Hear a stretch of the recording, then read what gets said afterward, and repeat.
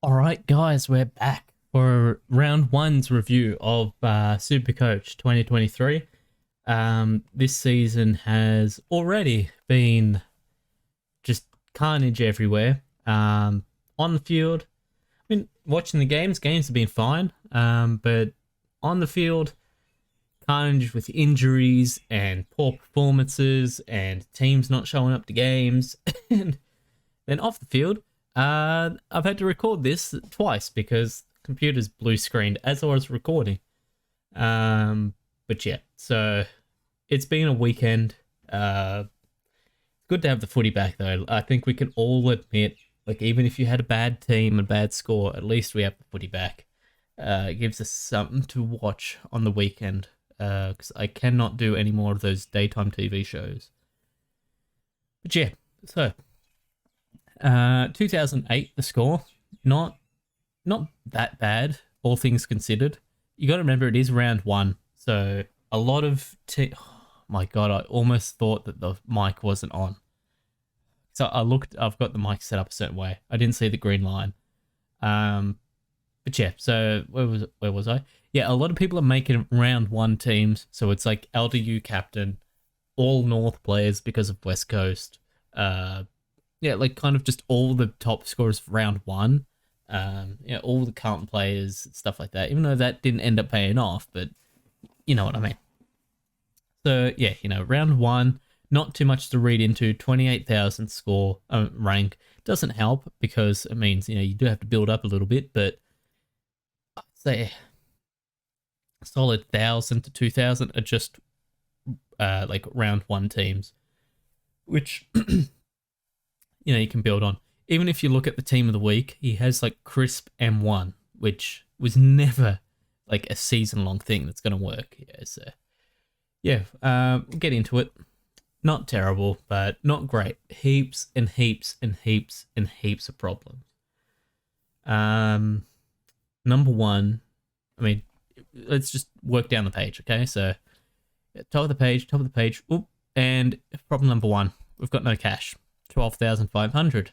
Now, if you saw the last video, you saw that I had like 60,000, or might have had like between 50 and 60,000. Well, made a change Saturday morning. I told myself after lineups came out, move that back to round one. I told myself after lineups came out, which I was at the game, not going to touch the team. Going to fix the rookies, and that's it. Make sure everyone is playing, and then that's it. And then right before this started, Saturday morning, I decide, oh no, it was like Saturday, Saturday morning. So was that Saturday, yeah, right here. I was thinking, okay, well, got Errol Goulden, but is Cornelio a better player? And I say career versus career up, where they are now. Not saying for the rest of their careers or anything. Cornelio's better. I think that's pretty safe to say. I don't think that's a hot take or anything. So I swapped Goulden to Cornelio, which wasn't the worst pick ever, like the worst trade ever, because I did net like 40 points off of it, something like that. But yeah, so that's where the cash is gone. And then we'll get into the defense. Doherty played a good game. The game was pretty fun to be at. MCG was going nuts. Carlton probably should have won. They should have won. Akers should have been able to mark the ball, but he dropped it. Doherty kind of got a little bit of a score boost by having that goal, which isn't normal for him.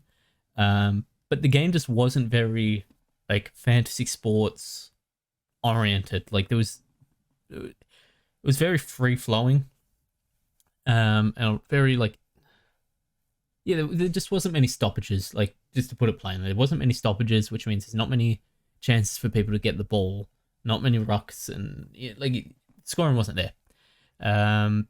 But all in all, for 600k, I'll completely take this. This was fine. I think Sicily was a bit better, but I mean, Sinclair was okay, but there was no way you were picking Sinclair after the preseason. Who else was there? Stewart's out for a month, so now you have to find a trade for him. I think the trade actually is pretty easy. You have to really one of these two, or Sicily.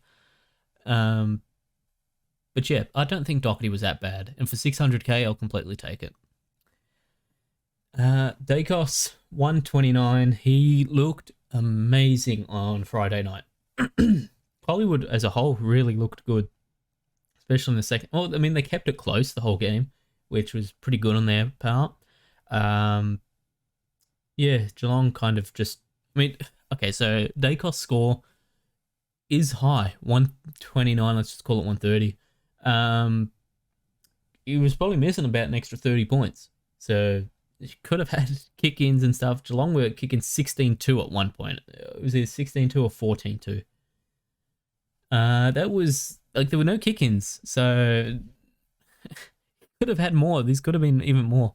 But the way Dacos plays, he kind of plays like the best way I can explain it is like in like a 2K NBA 2K My Career mode or AFL Evolution Career mode, you know, because everyone's played that mode. You kind of just call for the ball all the time and you get the ball. That's what Dacos does. So when, you know, someone takes a mark and takes a couple of seconds to compose himself, running out the clock a little bit, Dacos is sprinting past them saying, give me the ball, give me the ball, give me the ball. So it's great for Supercoach and fantasy sports. He's going to have so much of the ball.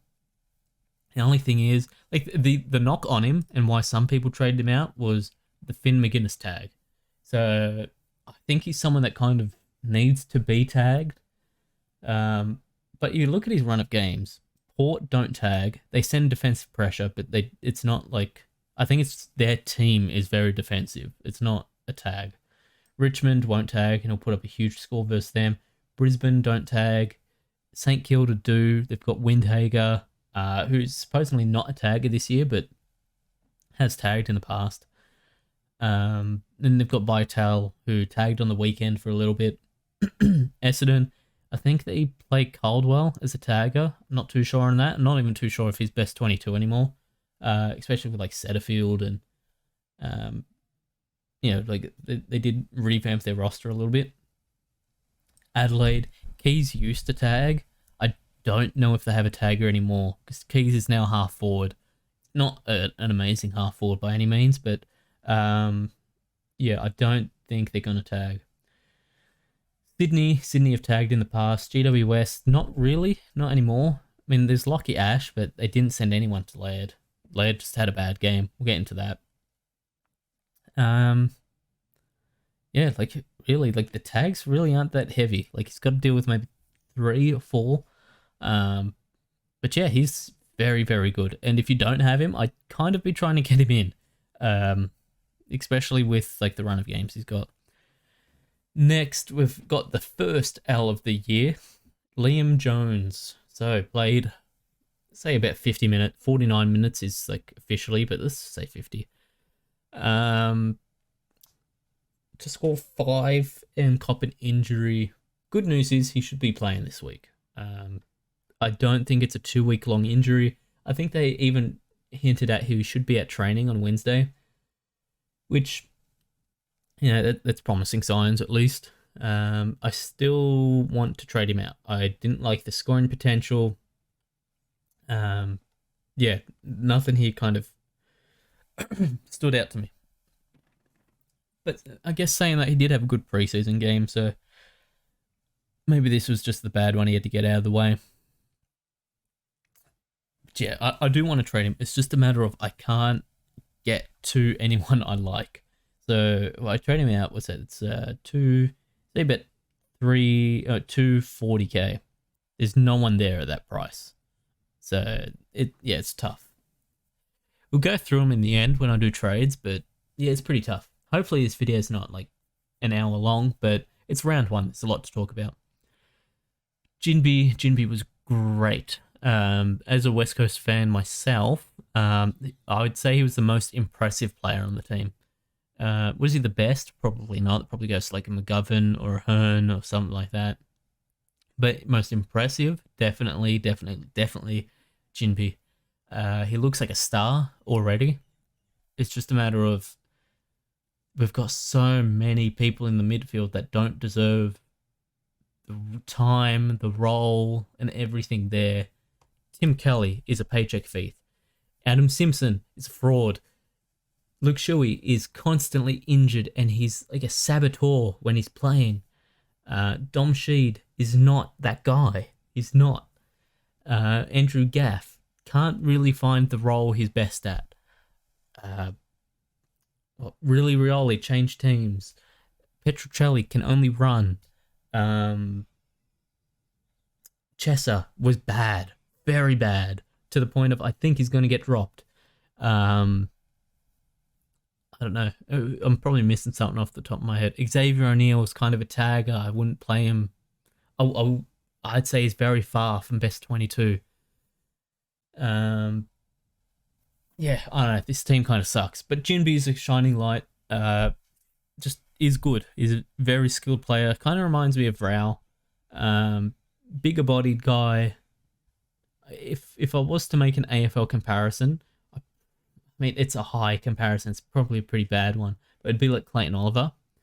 Not only do they kind of look the same, but big body that just kind of goes into stoppages, has the body to be able to take a hit and keep going. It can kind of bounce off tackles instead of just, having to rush to get the ball out. He can kind of take a hit and keep going.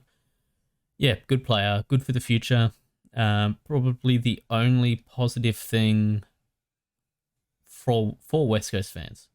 Well, maybe, I guess, Oscar Allen being able to play is positive, but then that's instantly cancelled out by the fact that they won't let him ruck at all. He didn't have not one ruck contest, and we have to watch Callum Jamieson and Bailey Williams all year until Nick Nanui plays one game, gets hurt, and he's out for the rest of the year.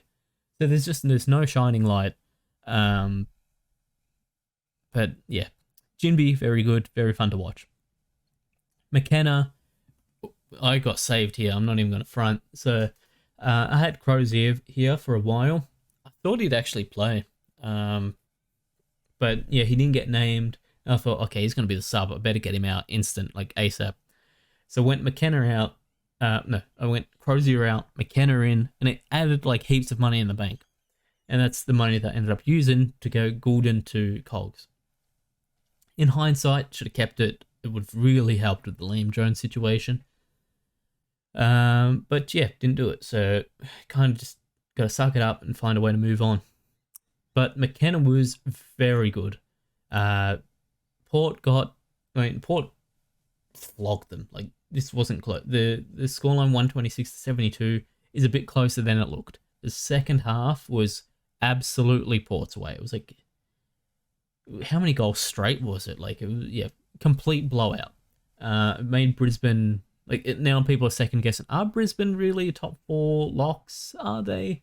I still think they are. I think they just had a bad round one. But yeah, McKenna was good.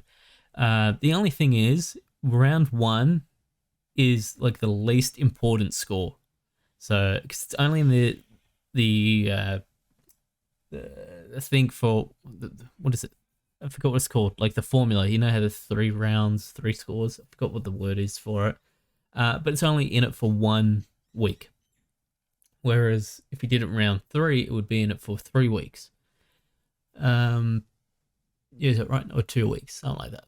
So you probably didn't want the Spike game to be here, especially if he's going to suck from now on, because he's not going to keep this up 93. It was very much a byproduct of the ball just living in the Brisbane backline. But, he was a close All-Australian a couple of years back, a long time ago. But yeah, could still be fine. 167k still, so I think everyone has him. I think his ownership is massive, so if you haven't got him, time to get him in, because you missed out. Constable, on the other hand, did not look that... I mean, I think he looked fine. He had like 24 touches or something like that. What do you have? Change the stats. 23 kicks, 3 handballs, 4 marks. It's not a bad game. Like, what's that? 26 touches. The only thing is, this guy's efficiency was terrible. I think he ended up going at like 33%. As I keep talking, I'll try to bring it up here. But yeah, like the issue with Constable is he going to actually keep his job? So he, even with the stat line looking pretty solid, they got pumped by like 50 points. So defensively, Gold Coast were not good. Granted, Sydney were very motivated. Like they lost the grand final by 81 points. If you didn't expect them to come out and like play like this was a finals game, then yeah, you were kind of mistaken in that. But yeah, it's just a matter of, will he keep it once everyone comes back? Like they've got Powell, and another guy whose name I can't think of. I can think of his face, but not his name. Well, there's two guys at least that have to come back. I don't know if Constable did enough to kind of keep his job. So pulling it up, he was at 46% efficiency, just not good enough for Supercoach. 5 contested, 14 uncontested, 11 turnovers. Yeah, just it's not good. His DT to Supercoach ratio was also insane. It was like double. I think if you had him in fantasy, he's a great player, great weekend for you. But yeah, I don't think it's a trade. I think this is a guy that's just going to live on the bench for a while now. If he keeps getting games, once he gets dropped, you have to trade him. But I don't think he's going to work his way back in once he gets dropped. Onto the bench, Wilmot was fine. This is what you kind of expect from him, a 50 to 60 game. Made a couple of mistakes, but didn't preseason as well. Looks like they're just playing him because they're out of bodies back there. They haven't got really anyone else to play. And he's got a bit of experience in him. I think he keeps his spot until everyone's healthy there. Maybe around mid-season, they start getting everyone back. They make a push for finals and everything like that. Probably gets dropped, but for now, he's fine. And then Cowan was, honestly, he was fine. It was tied with Doherty, I think, at like quarter time or second, like midway in the second. He did end up getting subbed off with what was called a calf injury, but I don't think he's actually hurt. Like I think it was more of a tactical sub, but he was hurt at the same time.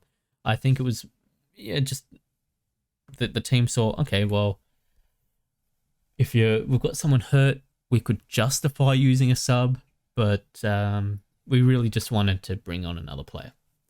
Not too much to read into there. Just wait for lineups. Carlton play Thursday again, so we'll get it on Wednesday. Yeah, I think he keeps his spot there. He looked alright. And I mean, Carlton backline was okay.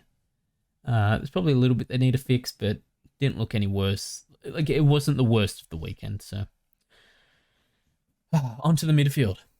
So, like I said, I had to record this twice, and thank God I did, because the first one was 20 minutes of me just going on about Laird and Kelly.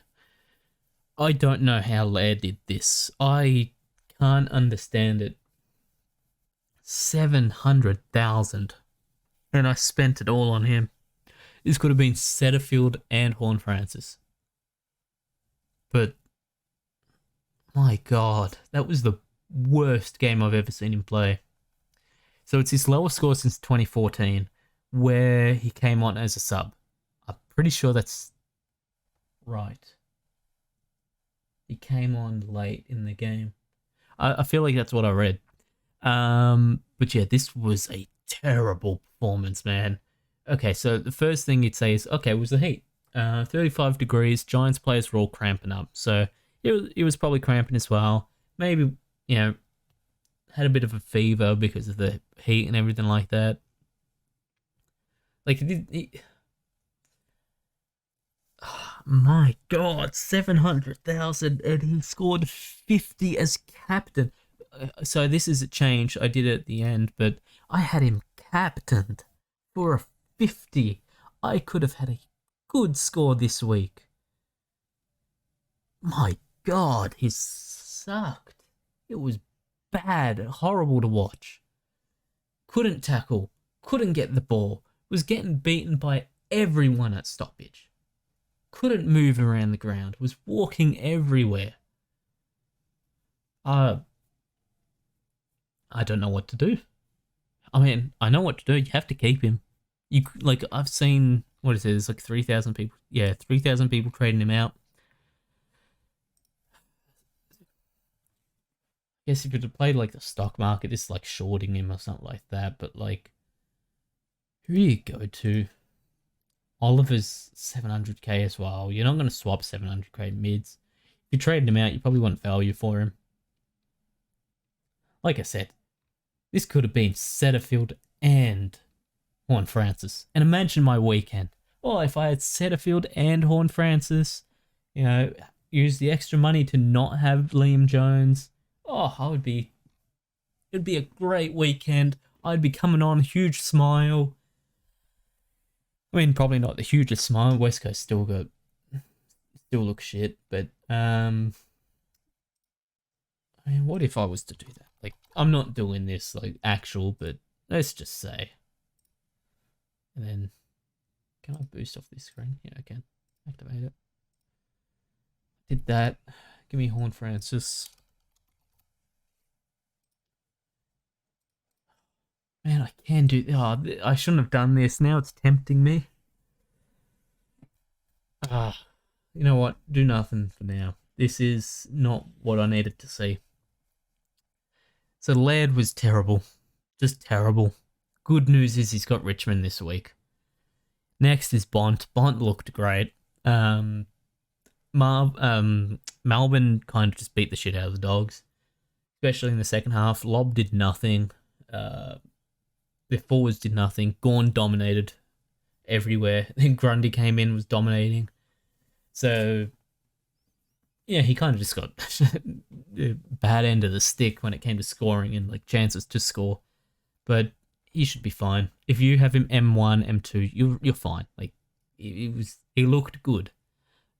Next we've got Josh Kelly, which, Mike, can there be any more of an unlucky player? Bad first half for the GWS team.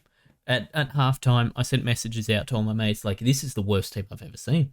This is worse than West Coast. I thought West Coast would win the wooden spoon. They look worse. The forwards could not lead to the ball to save their life. Kelly had so bad, like his efficiency was terrible at halftime. Let me see if I can find it. GWS game. It was like under 50% because, yeah, so at halftime, he had 14 touches. First half, he had 57%. First quarter, he had 57% efficiency. He couldn't kick it to anyone. It wasn't even his fault. Midfield were the only bright spot of this team. Defensively, they couldn't hold up. It was free reign for Adelaide. If Rochelle went down there, he could have kicked 6. Who was it? Rankin. He could have kicked 6. It was 2 and 4 or something like that at halftime. He could have kicked as many as he wanted.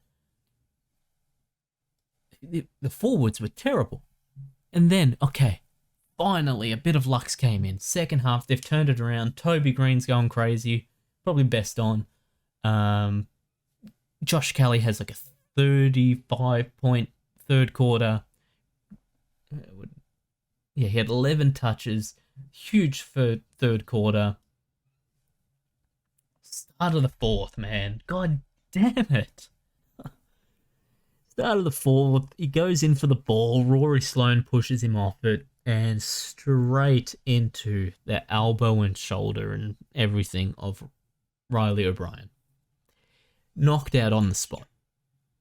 On like instant, as soon as the hit happened, it's like, all right, he's concussed. Because he did like the, like his hands kind of got frozen a little bit.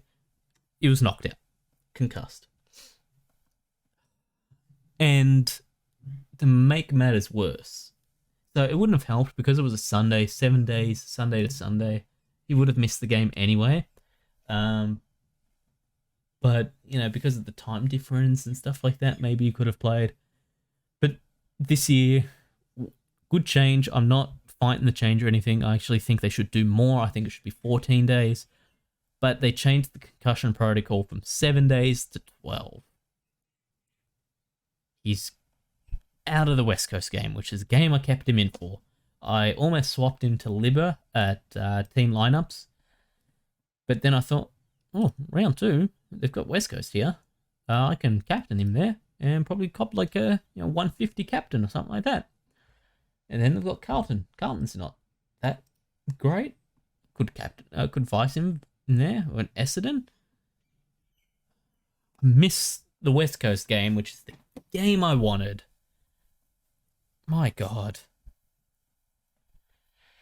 You have to hold him, I think, unless you can trade him up to a McRae, which I don't know if I can.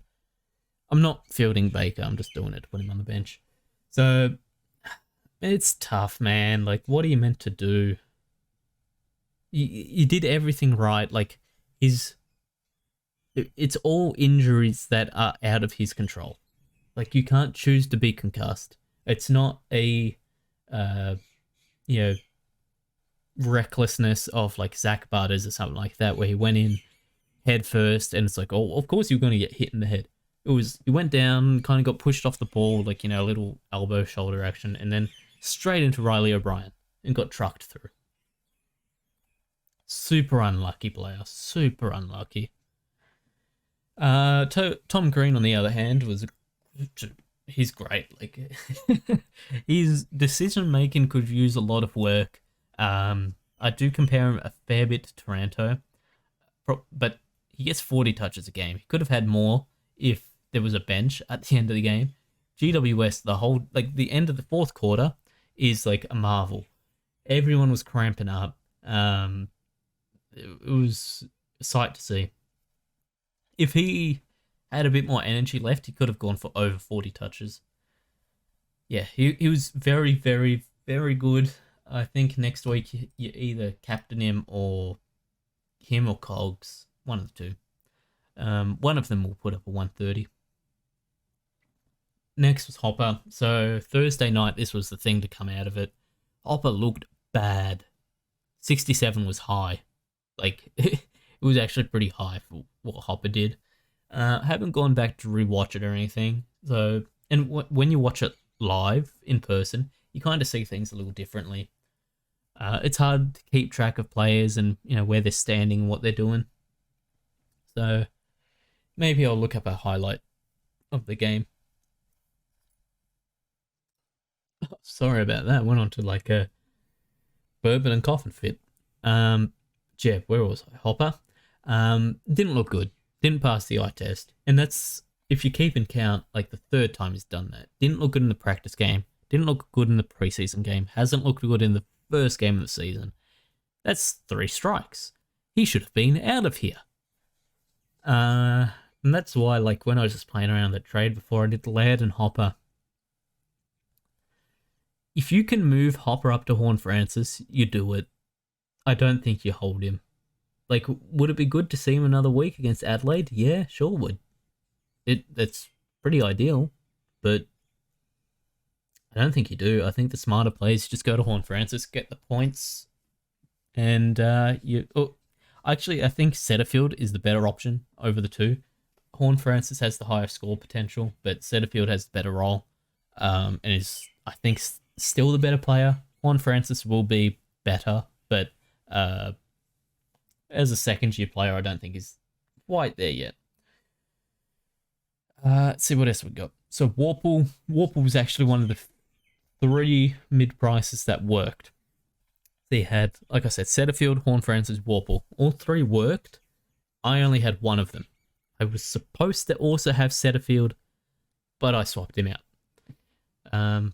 Which, I mean, it did end up being fine because doing that got me to Dacos in the back line. You could probably hear the birds. The birds going crazy. It is like, what, 5 o'clock, 6 o'clock almost. Yeah, Warple was fine. If his efficiency was better, like he was better on the boot, it'd be he wouldn't have been 300k to start with if he could kick straight and everything. But yeah, he's fine. I think he goes up to about 500k. Kind of reminds me of Brody from last year, but with good time on ground. Ashcroft, I mean, there's not too much to read into here. I mean, it was against Port. Port aren't a good team to debut rookies against. I mean, they're probably not the worst because it breeds toughness and stuff like that. But in terms of scoring, very bad for him. Midfielders don't score good against Port. Why would a rookie score good? Did Neil even ton? I think Neil had like 97, didn't he? What did Neil get? 95. Yeah, see, so if Neil doesn't ton, I couldn't expect anything good from a rookie. Considering Neil's like a Brownlow medalist and everything. And one of the best players in the competition. Mackenzie, though, looked amazing. He's so composed around the ball. All the reports from Hawthorn talking about how good he was, completely true. I agree with them all now. After the preseason game, I've had him locked in ever since. If you don't have him, maybe you got cold feet on him and you thought it was just one good game in the preseason. Now it's time to bring him in. Like, just suck it up, bring him in, and go from there. He looks like one of the better rookies this year. I still think Ashcroft is the rising star, though.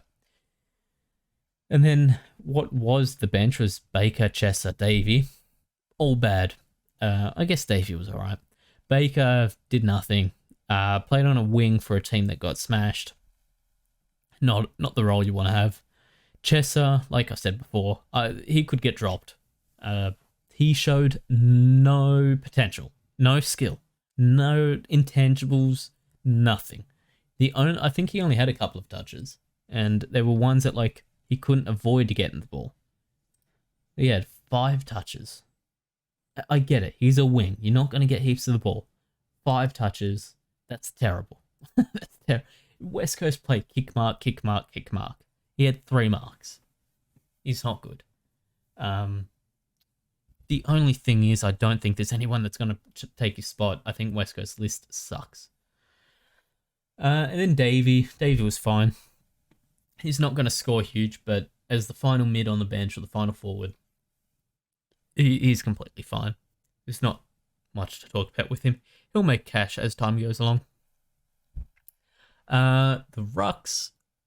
So Darcy, it ended up being the correct play was Wits. Or English, one of the two. I think there was only 6 points between them. I'm still fine with Darcy, though. Like, Darcy, I would say was the best pure ruckman of the weekend. So when you look at scores, it's probably easy just for me to press trade. So we look at scores for ruckman. Wits had like 25 touches or something. You're never going to get that again. Wits is not a big disposal guy. Gorn played around the ground, had a goal, so probably the best actual, like, all-encompassing ruckman of the bunch. English, very good. It's between him and Darcy, but in the second half, there was a lot of good tap work being done by Darcy. I'd say he was the best, like, ruck, tapman, like, tapping ruck of the weekend. He killed Marshall in hitouts. Like, it wasn't even close. It was like 22-8 at halftime. I don't even know what it ended on, but it would have ended on a flogging, like, on Marshall in stats wise. Absolutely fine with this. Darcy looks very good, and Freo will only look better in the coming weeks. Same with Marshall. Like, Marshall is so highly owned. There's nothing really to worry about here. I think everyone has him as ruck too. He's completely fine. Probably does mean they're going to bring in Tom Campbell, because once they started doing rotating, you had Darcy in there, then you had Jackson in there, then you had Darcy, Jackson. He was getting worn out. Like, you could see he was getting worn out, having to go all the way around the ground. I think they bring in Campbell. I don't think it's going to matter. Like, it's going to be just let Marshall gain some of his energy back type of situation. Yeah, it's fine. Actually, I think it will help Marshall scoring. And the forward line was like kind of the saving grace of the weekend. It's where I got most of my points from. Dunkley looked great, even in a bad Brisbane performance. So I still think he's going to be the number 1 scoring player in Supercoach. But Dacos is putting up a fight for that spot. Like, if he keeps playing the way he is, doesn't get tagged, he could be that guy. Cogs, the late trade, he looked amazing. Better once Kelly went down. So I've got him as captain next week. I'm probably just going to go with this, play it into Cornelio. Um, yeah, Cornelio looked very good. Played inside mid. I can't believe Leon Cameron didn't play him as a mid. Like, Leon Cameron actually has to go down as one of the worst personnel coaches ever. Like, how did you mess up this team so much? Everyone's like lost all confidence that they have to like get it built up now.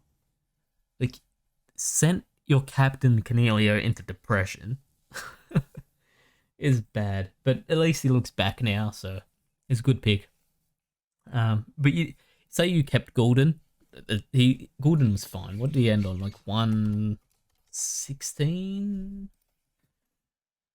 Where is he? 115. All right, so I gained about say 30 points. Yeah, that's fine. Like, for the bit cheaper that he is, you probably do win out with Gordon. I thought Cogs was the better player, and why wouldn't I just start the better player? Rosie, bit of a low score. Low score just because it's under 100, but he looked fine, honestly. It's just a matter of Horn Francis looked really good. Willie Rioli looked really good. Port just had a lot of players that played really good up through the game. So once season gets started, games get going and going. I think Rosie will really pop up as their best mid. Taranto, you really got the full experience. So I think a lot of people never owned Taranto before in any format, and they just didn't know like what he was like, like mates and stuff. This is like, you got the full experience. He's very good, gets heaps of the ball, but he makes some strange decisions. Like, he loves to like handball over the head, without looking who's there. He kind of just handballs it over his head to open space, kicks it out of the stoppage to open space, well, where he thinks is open space, and it ends up being a clanger. But he's good, and Richmond needed a player like that. Richmond's style is just, by whatever means, get the ball forward, and Dusty, Bolton, and all the crew they've got up there, they'll make it work. And it has worked. It's got them multiple premierships. So, yeah, I think Taranto's fine. I think he's top 6, easy. If you don't have him, definitely get him in. And then final two, I guess final four. Bruin didn't look good. So I think this is more so a issue with Chris Scott than an issue with Tanner Bruin. Tanner Bruin looked very, very good in the preseason. So first the reports came out about, hey, this guy, Geelong might have another star here. And then we've finally got a chance to look at him. That preseason game, he was everywhere. He looked a star. Probably got him.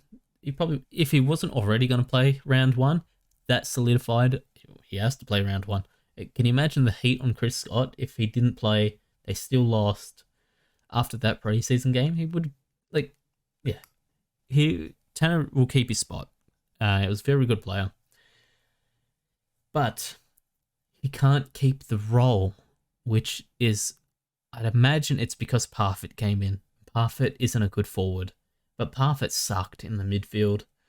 Why wouldn't you just move him out and play a good midfielder in there? I think Parfitt's going to stay the sub. Maybe it was just because it was a defender that went down. Maybe if any other role went down, it would have been a bit better. Parfitt can't play defense, but say like Gary Rowan went down, would you just move Parfitt up forward and just suck it up? And right, well, he's not amazing, but it is what it is. Because it killed his scoring. When Bruin was in the midfield, he was Geelong's best midfielder. Like, full stop. You can ask Geelong fans and everything. He was the best Geelong midfielder when he was inside mid at stoppages. Then they moved him on the wing, and then they started playing with his time on ground. He was struggling to stay on the ground for 10 minutes straight.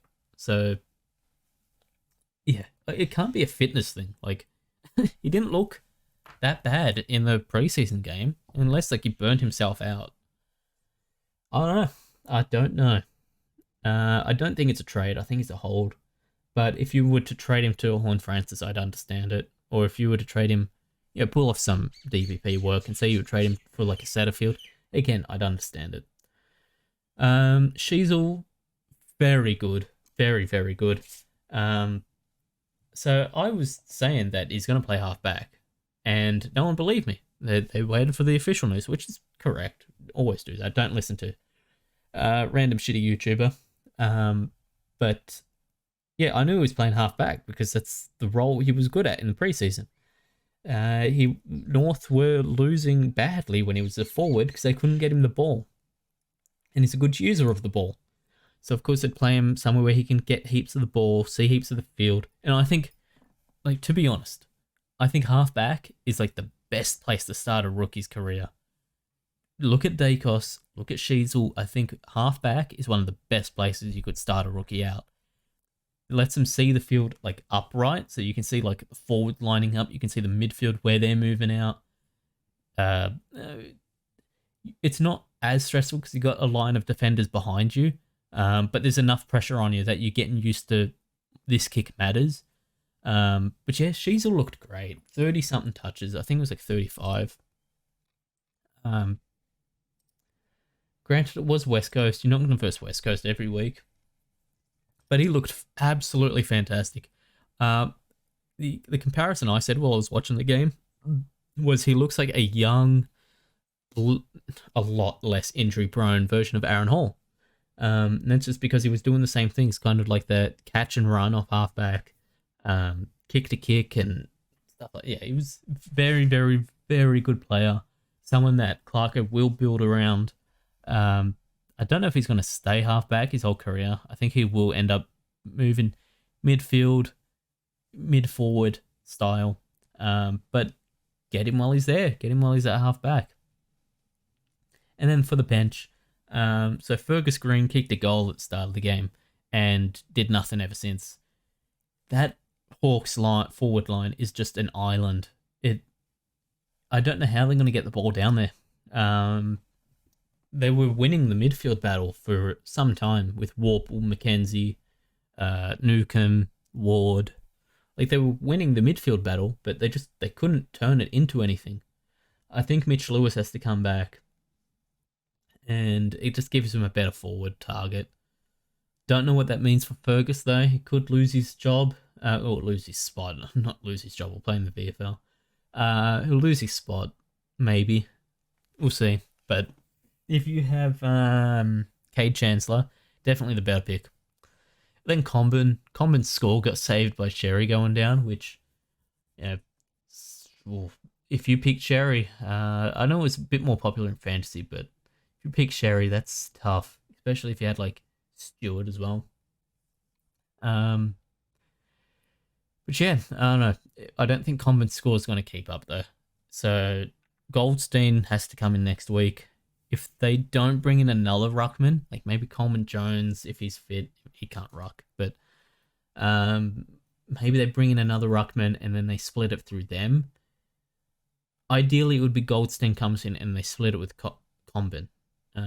But we'll see what happens. 83 though, I'll take it. Wish I had Chandler though. But yeah, that's about it for the review of the team. Just a quick 40-minute review, but again, like I said, it's round one. There's heaps to go on about it round one. There's always carnage round one. It's every year. That's why, like, don't feel too bad if you had some of these guys that scored poorly. It always happens. It's literally every year. So we go with problem number 1, problem number 2, to be quite honest, problem number 3, number 4, number 5, number 6. It's number 7. It keeps going. What do I do, man? 240k.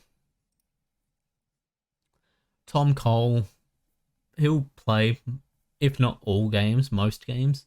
But he's not going to score 78 most games. He's going to score like 40s, to between 45 and 55. Or maybe even 60, but he's just not a good pick, to be honest with you. And Aiden Bonner's a nothing pick. Buckley's a nothing pick. Stocker, don't really trust. I think that his score was kind of inflated by a high touch game. Michelini, don't believe in him. Uland didn't do anything that's like really screamed at me. Goda, don't like the role. Bergman, didn't see. I watched the game, but I didn't see any of him, so I don't know what he was doing. McVee probably gets dropped. Zane Cordy, hell no. Mansell, no. Yeah, I don't know what to do here. What if I also dropped Hopper? That would give me... why is it like this? Okay, so go mids first. I think if I was to drop Hopper, the only player I'd feel comfortable going to is Callahan. He looked very good. Again, not like a super CBA dominant mid, but he still looks very good. God, come on, wake up. There we are. Yeah, Callahan looks very good. One for the future. The only thing with him is it would give me Kelly, Green, Callahan, Cogs. That's 4 GWS players on a team that no one really wants to. Everyone gets screwed by GWS. It's a yearly tradition. Tomlinson will get dropped for May. Pierce, is a key defender. Oh, nothing to read into there. Mark O'Connor, no. Nick Haynes is interesting. A couple of years back, Nick Haynes was 2020. Yeah, he 98 average. He's all right. He can do it. It's just he's kind of lost that role. He looked a lot better with Whitfield out there. And Whitfield's not playing next week because he has a concussion as well. So what did he score against West Coast last year? Didn't play. Perfect. I don't know what to do. Braden Campbell. Nah. McPherson is actually not bad for fantasy. His scoring is pretty good in that. Yeah, I don't know. Not many people here I like. Say Tom Cole. I'm not even going to put that in. There will be trades made, but I don't know what they are, so I don't want to make them now. I'm going to have to wait for lineups, see who gets dropped, see who gets a spot. Will Phillips should get a spot as well. Maybe I'll go Hopper down to Phillips. What does that do if I do Hopper to Phillips? It should free up heaps of money, shouldn't it? Hopper to picked. He should be up here, shouldn't he? Phillips. Also, if you have Hollins looked okay, but his scoring does not look very good. Playing wing. But I was pretty impressed with him with what I saw when I was watching the game. So 400k gets me to... actually, it's scored by this. Rampy, hell no. Wiedering, no. Elliot, no. Mitch McGovern, no. John Noble, not really. Hardwick? Nah, not Hardwick. Zerk Thatcher. I did like Zerk Thatcher. I thought he played alright, but probably not a pick. Bowie's not terrible. If Bowie has kick-ins, it's alright. But 380k, that's a lot. Yeah, like there's not much here in defense.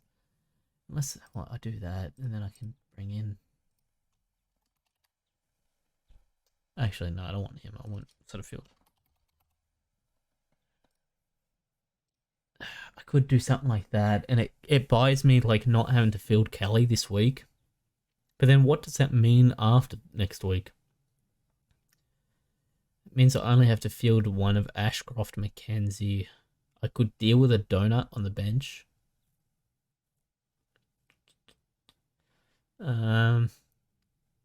Actually, it would be beneficial for me to have a donut on the bench.